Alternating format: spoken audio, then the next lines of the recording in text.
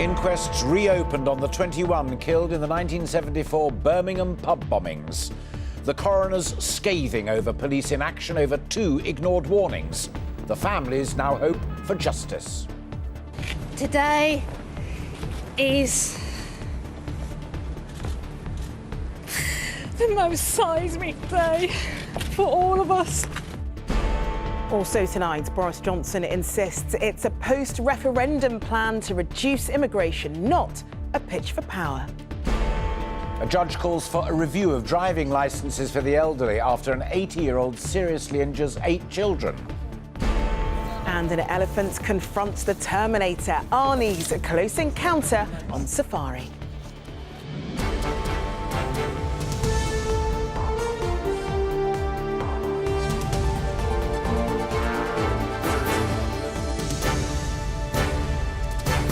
This is the ITV Evening News with Alistair Stewart and Charlene White. Good evening. It was a bittersweet moment for the families of the 21 who died in the 1974 Birmingham pub bombings, almost certainly at the hands of the IRA. They heard 2 warnings had been ignored by police that might have saved their lives. But after 4 decades, they got the inquests reopened.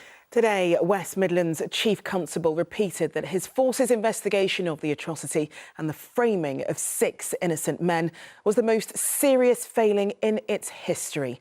As our correspondent Martin Geisler reports, it's a long-awaited victory for the families of the victims. Today is the most seismic day for all of us. I hope that our fathers, brothers, sisters, mothers are looking down and they're proud. The emotion poured out of Julie Hambleton today. For decades she's fought to find her sister's killer. Now, finally, a glimpse of light. Maxine was among 21 people who died in 2 pub bombs which hit Birmingham in November 1974. 42 years later, a coroner has announced there will be a full and proper inquest into their deaths. The case is being reopened because 2 new pieces of evidence have emerged suggesting the police were warned about the attacks. 11 days before the blasts, officers were passed information that Birmingham would be hit next week. They were told it came from the IRA. Then, on the day of the atrocity, a member of the public said they'd heard Irishmen discussing a plan to bomb the city. Neither warning was acted on. Paddy Hill believes it all points to a cover-up, police and government colluding. He and the rest of the Birmingham 6 served 17 years for the bombings before their convictions were overturned. Now he works with the families, campaigning for the truth. I feel ecstatic. I'm glad. This is the first step that's ever been taken by anyone in authority to try and establish the truth. Today, West Midlands Police accepted their part in this massive miscarriage of justice, but only after they'd tried, unsuccessfully, to have these inquests stopped. And it is the biggest failing of West Midlands Police. We brought people to justice, but it was a miscarriage of justice. We falsified confessions. And we've not been able, sadly, to bring anybody else to justice since. There's no hiding from that huge failing by the force. So who did plant the Birmingham bombs? In 1990, an ITV documentary named 4 fresh suspects in the case. That was me. This man is confessing to mass murder. Some of them are well known and still at large, but today one former IRA figure said they'll never face a court. There will be no convictions because there's no evidence against the men. And short of one or more of them taking a plane to the UK and walking into a police station and making a full confession, there's not the slightest prospect of a conviction.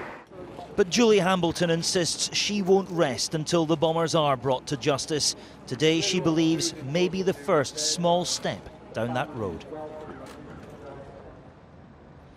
Well, today Louise Hunt, the senior coroner for Birmingham and Solihull, warned the families that this may be a long and difficult process that could ultimately yield no firm conclusions. I asked Julie Hambleton if she was ready to put herself through that pain today. She said simply this: "Nothing can be as painful as losing your sister in these circumstances. I'm ready," she said, "for whatever it takes." Martin, thank you.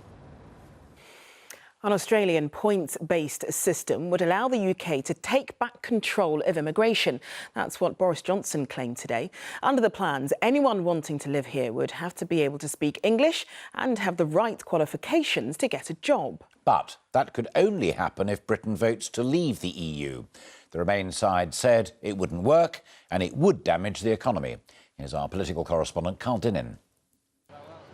Boris Johnson and Employment Minister Priti Patel took their message to Preston in Lancashire today, and what they unveiled, along with Michael Gove, was a new set of proposals on immigration. Is it not time? Is it not time we took back control of our immigration policy, gave the people of this country the pay rise that they deserve? Although not running for government, Vote Leave have still come up with what sounds like a manifesto policy.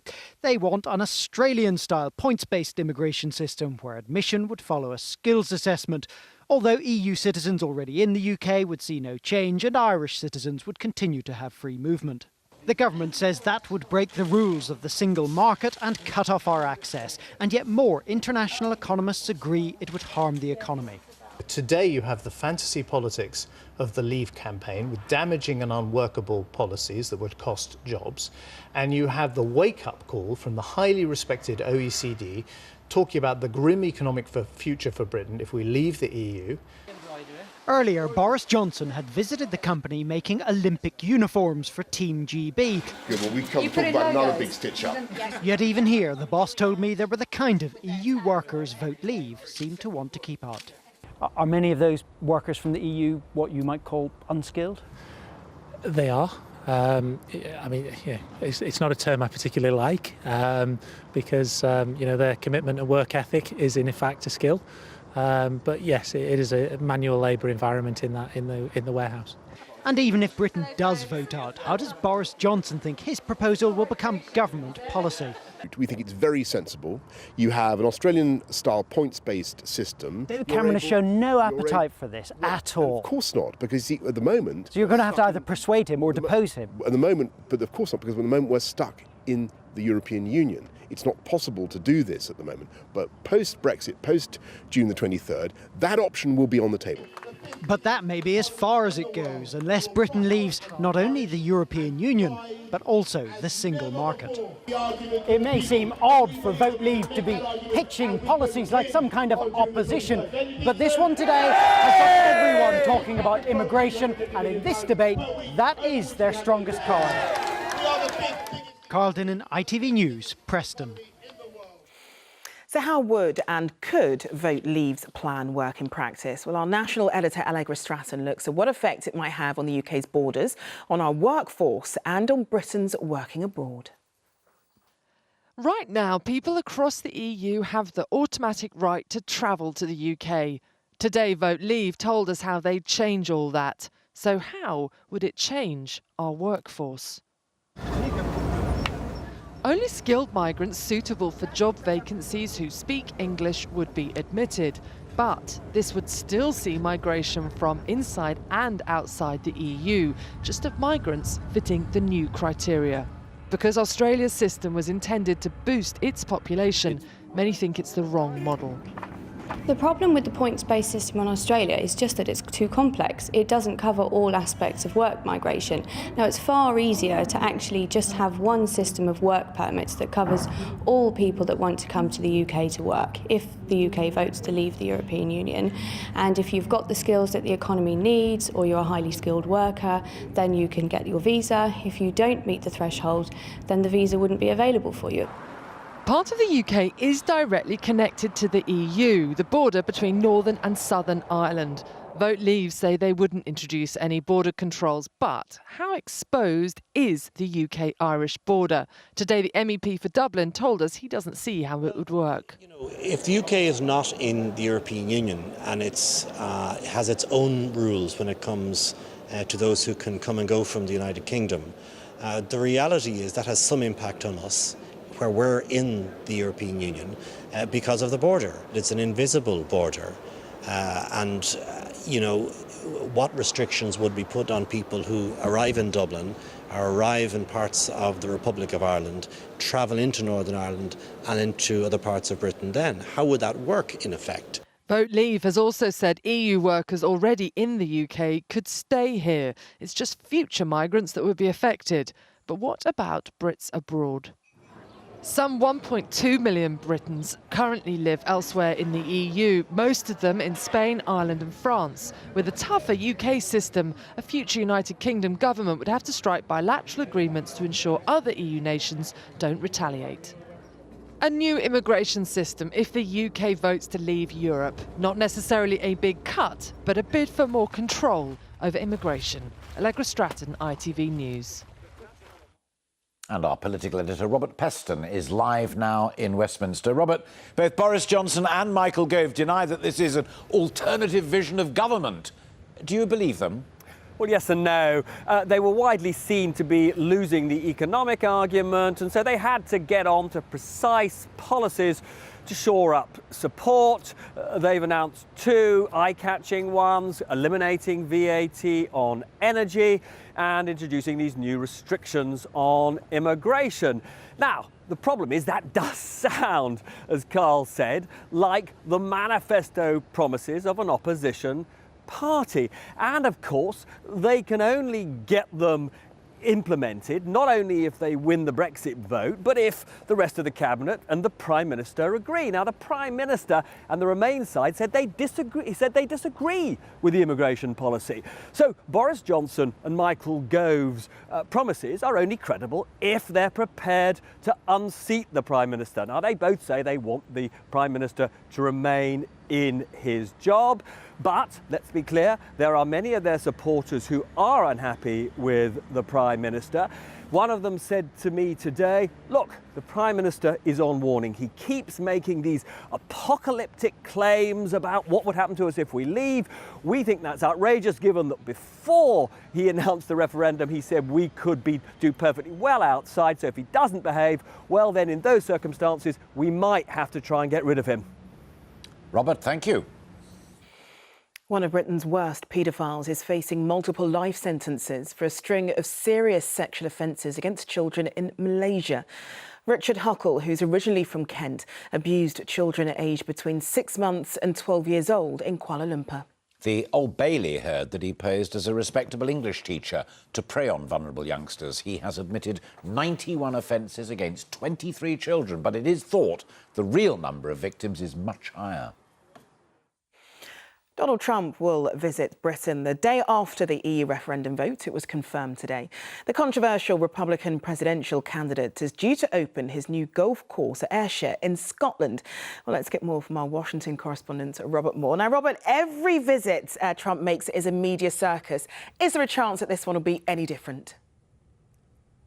Oh, I think almost no chance. As you rightly point out, every Trump visit is really surrounded by something of a media frenzy. Look, this is not, on the face of it, a overtly political trip. As you point out, he's actually going to Scotland to open his renovated Turnberry golf course, and there are no plans that we know of for him to meet British political figures. That may be just as well, because remember, back in December, David Cameron called Trump divisive, stupid and wrong over the US politician's call for a ban on Muslims entering the United States. Sadiq Khan, the new mayor of London, similarly said Trump was ignorant of Islam and accused him of playing into the hands of extremists. And don't forget also that 600,000 Britons have signed a petition calling for Donald Trump to be banned from entering the UK. And to add even more spice to this potential visit, don't forget he's arriving just a day after the EU referendum. And of course, Donald Trump is perhaps the only senior figure here who supports a Brexit. So a man who loves both publicity and controversy undoubtedly will get plenty of both when he visits Scotland on June the 24th. Robert, thank you very much. Still to come on the ITV Evening News, calls for a review of elderly drivers after an 80-year-old injures 8 school children. And why Arnie became the running man when he had a close encounter with an elephant. All those stories and more after the break.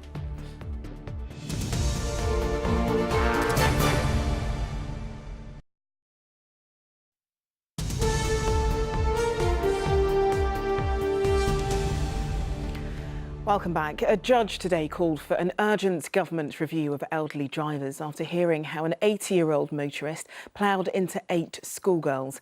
Norma Stokes, who's a former nurse, seriously injured 5 of the girls in Liverpool, causing mayhem and carnage after confusing the accelerator for the brake. She's now been banned from driving for life. Richard Pele has more. Mrs Stokes, do you have anything to say following the sentence? Nothing to say, thank you. Holding on for support with one hand and using a walking stick in the other. Norma Stokes left court with a suspended sentence for her crimes. The 80-year-old's apparent fragility evident here and also in Liverpool in February, when she injured 8 schoolgirls, 5 of them seriously. The pensioner mounting the pavement and driving into them after becoming confused and befuddled, pressing the accelerator instead of the brake.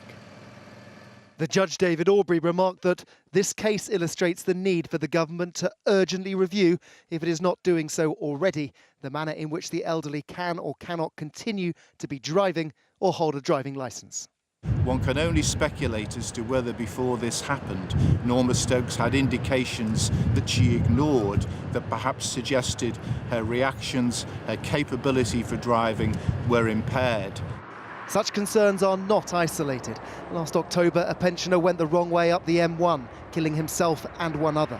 And only this Monday, the driver of this red car, in his 80s, injured 4 after also being on the incorrect side of a motorway. Mobility is so important for older people, and of course there's going to be individuals within that are less safe, but we don't think routine testing is the answer.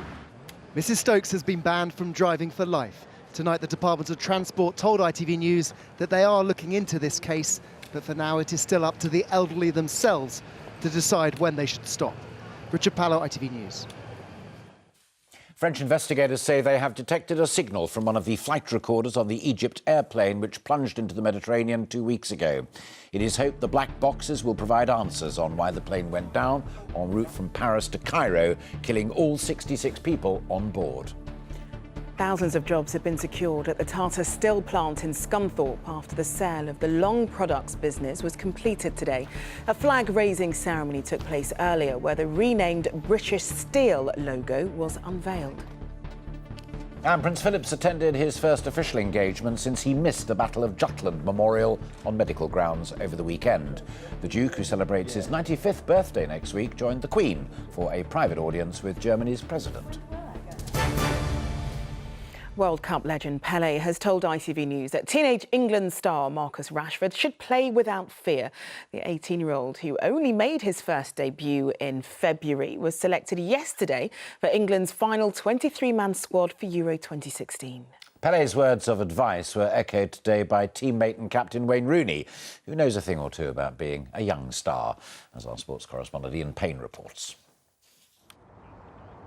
18-year-old Marcus Rashford is part of one of the most attacking squads England has ever sent to a major championship finals, and the manager says he fits the bill for the kind of football they want to play. Rashford's had that fantastic end to the season, and he's a very, very interesting player. He has special qualities. I think that's been recognised by everybody. Back in 2004, another 18-year-old striker played in the Euros for England with devastating results. 12 years on, that young player is now the England captain. Wayne, you of course were 18 when you played in a European Championship in Portugal in 2004. What advice would you give to Marcus, being the same age?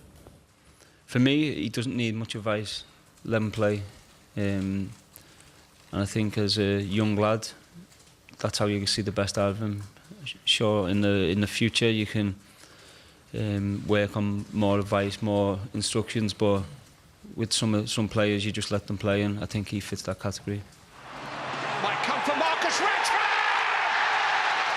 Rashford came to national attention last Friday evening when he scored on his debut against Australia. So here's some advice for him from perhaps the greatest player of all time.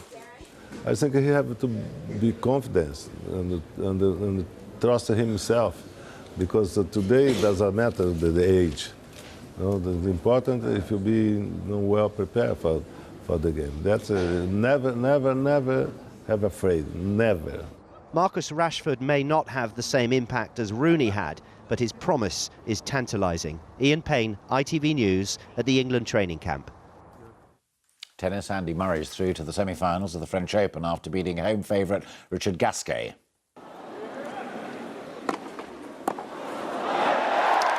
Murray again started poorly, losing the first set, but after winning a tie-break in the second, cruised to victory. He'll now face Stan Wawrinka in a tournament that has suffered repeated rain delays.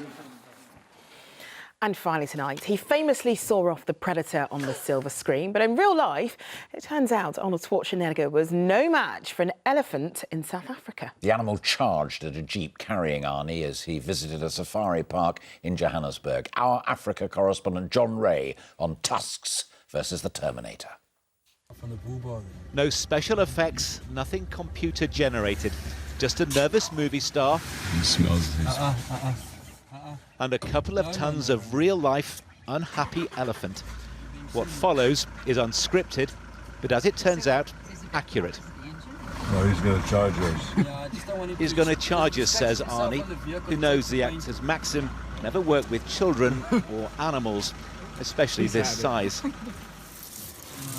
The Terminator is about to turn Running Man.